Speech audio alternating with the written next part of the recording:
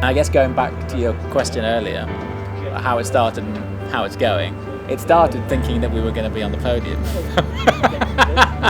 Could we be so lucky to go ahead and get a podium this on the final round? That would be a nice way to just seal it off. We're still after the podium. I don't know if it'll come or not. I mean, there are a couple of times this year I think we probably should have got a podium. I think Silverstone was one of them. It has been so frustrating because we know it's there and we've said every round it's going to be this round, it's going to be this round, and it just hasn't fallen together perfectly yet. You know, baptism of fire from 7 years out of racing to the last race at Donington, which is my last chance to win a race this season. We obviously had some misfortune at previous races, which has put us down in 7th, but hopefully we can fight for podiums, if not the win, for the last time. Me and Charlie have worked really hard this year to be where we're at, and I'm still very much set on coming first. So whatever happens at Donington, I know that I've done absolutely everything that I could have done, that I've left no stone unturned, and that I stand every chance of getting in that race car and delivering my absolute best performance, and that's all that matters to me right now, winning.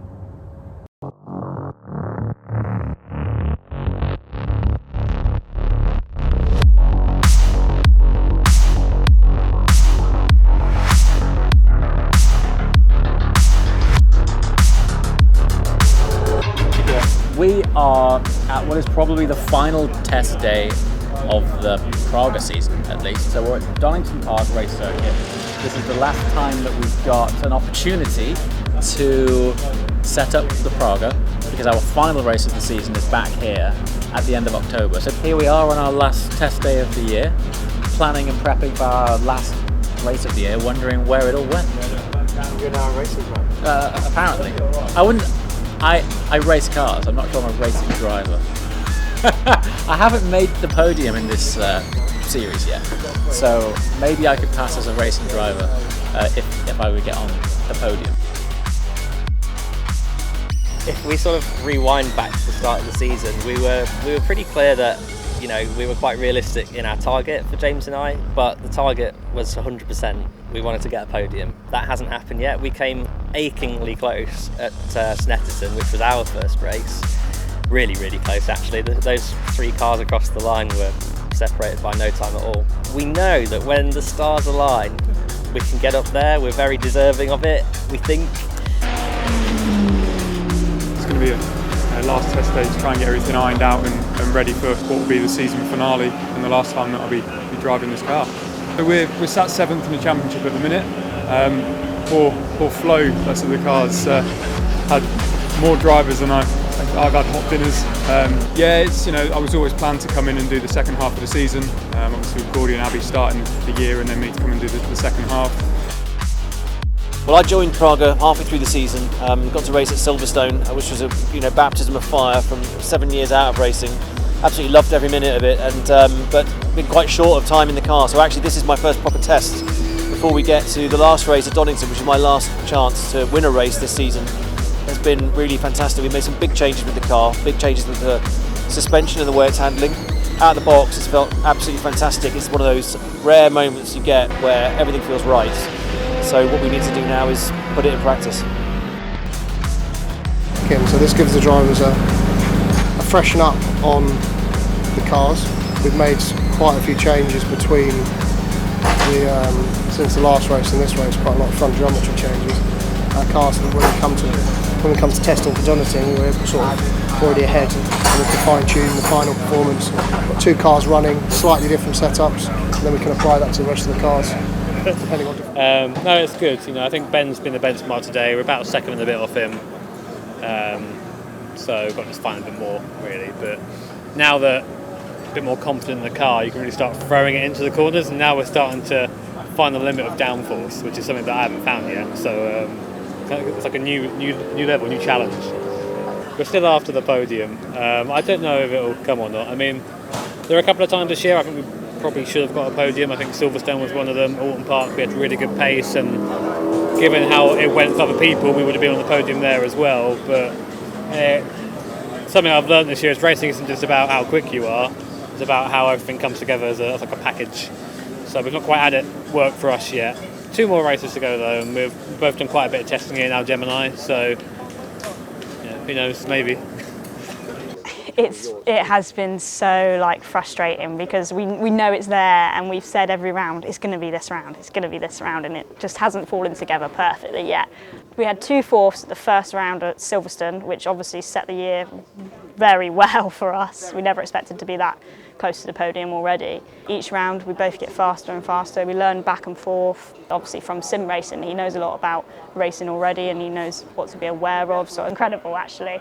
I did think it was possible because obviously a simulator you do get a lot of, it's the same as racing but just not in real life. So you can push yourself to the limit and it doesn't matter because you're not going to crash sort of.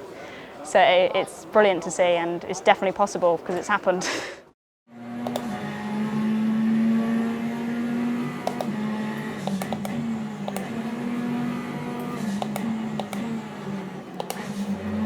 I sort of got into YouTube for a couple of reasons. One, because I thought sim racing was really damn cool. I love that I could drive all my favourite cars and I could record it and show my friends. You know, quite basic way of doing things, not of any sort of aspirations. Just wanted to film something. And then people started commenting on it and talking to me about it, and I thought, oh, this is really cool. I get to have a discussion about it now. And then that sort of fed the desire to keep making the videos. And then I just sort of kept going with it, and then somehow managed to make a career out of it. So when I sort of started doing the video a day thing, I think I was about 5,000 subscribers. I think it was 100k by the middle of 2018, and then 2019 started out about 300k, then the end of 2020 to just under 650, and we're now at 750. So yeah, bit nuts.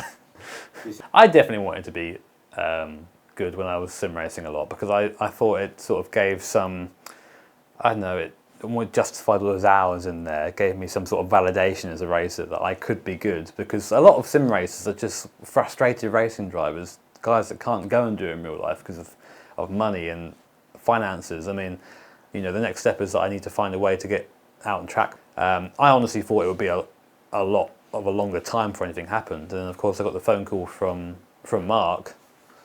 I told you, I thought it was a joke. I honestly thought he was pulling my leg. I was like, oh, this isn't funny. Like, don't do this to me.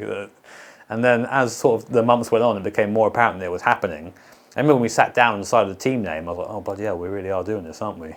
So I sat in the hotel at Anglesey before my first day getting in the car, and I basically said, like, I might run away. I might leave. This is terrifying. And I knew that if I did, I'd have no more, this would be it, that would be no more chances to go back in. So I thought, just do it. The worst, I said to myself, the worst that could happen is crash, you know, and you'll be okay probably.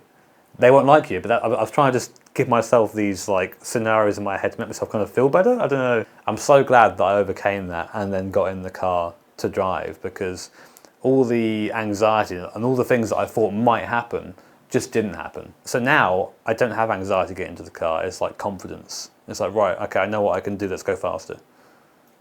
But the fact that I can then sort of use the knowledge that I've gained from essentially sitting at home playing a video game, when you boil it down to its sort of bare components, I think that's unreal. There's no other sport in the world where that applies, where I can go here and say what I've learned in my bedroom playing my video game has directly informed how I drive on the circuit and improved how I would drive on the circuit.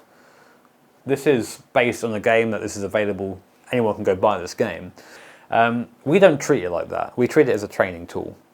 But the sort of under the hood of it is what we get to make it what we want it to be. A lot of the, I mean, from like a actual driving point of view, so your point of contact, so your wheel and your pedals, the weight of the steering, the pedals as well. We've set up the throttle pedal to a similar sort of travel to the real life thing, and the brake pedal has similar travel and similar force for maximum force as well. So basically when you drive this, it's physically, in terms of what you're putting into it, it's very similar to what you get out of a Praga. The things we miss out, of course, are things like G-force and being able to feel the tyre go beneath you. That's where the I think all simulators fall down a little bit, but with what we've got as close as I think we can get. So we've got just under 2 weeks of Donington now. And for me, on the simulator, it'll be hop on here probably every night, have an hour or so just to keep it fresh. Because I think you can overdo stuff a lot. Keep it fresh, keep the muscle memory there. And I find that in a simulator, if I'm preparing for a real race, I don't like chasing lap time too much. I like just going out there and being comfy to the point where you're driving around and it just feels like you know everything, like it's a second nature. And the goal is to, when I get there, go, right, I've driven this track 100 times. I know where I'm going. Let's just now focus on getting that little bit of speed. I think if I can go into the race weekend and do everything that I know that I can do, as I have done, I think that's about as much as I can ask for. Yeah.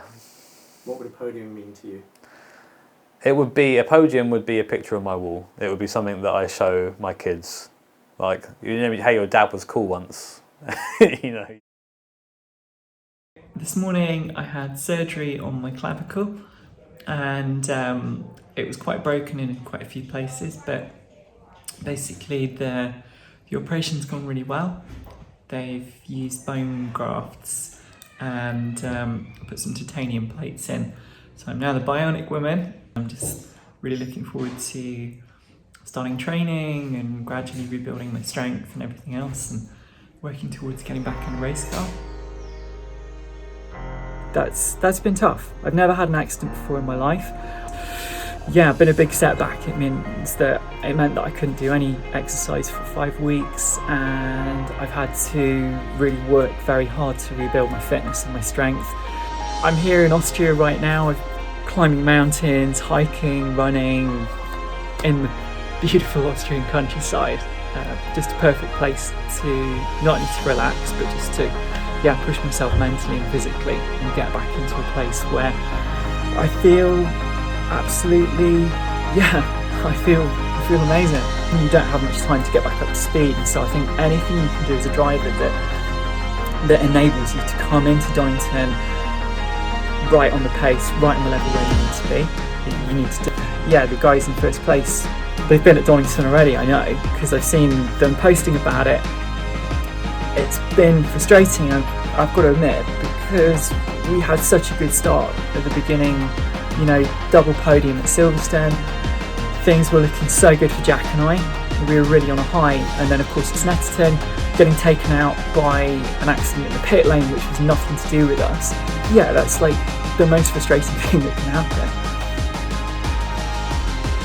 Obviously since then, we've been on the back foot because not only did we lose points that we then couldn't score at Snetterton, we carried damage over to Alton Park that we didn't know until after the race, so that meant at Alton Park we were off the pace.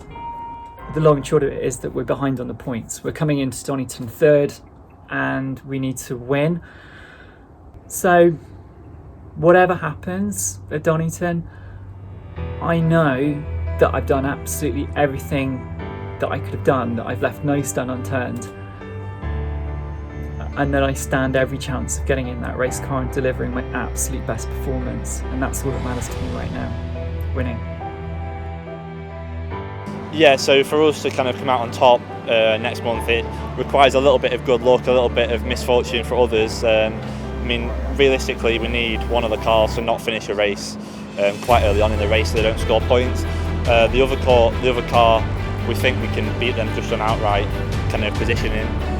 We're now on the back foot a little bit, but me and Charlie spoke at length about this, and we're still really kind of motivated and empowered to make sure that when we come here next month, is that we finish the year off the same way we started the year. Me and Charlie have worked really hard this year to be where we're at, and I'm still very much set on coming first.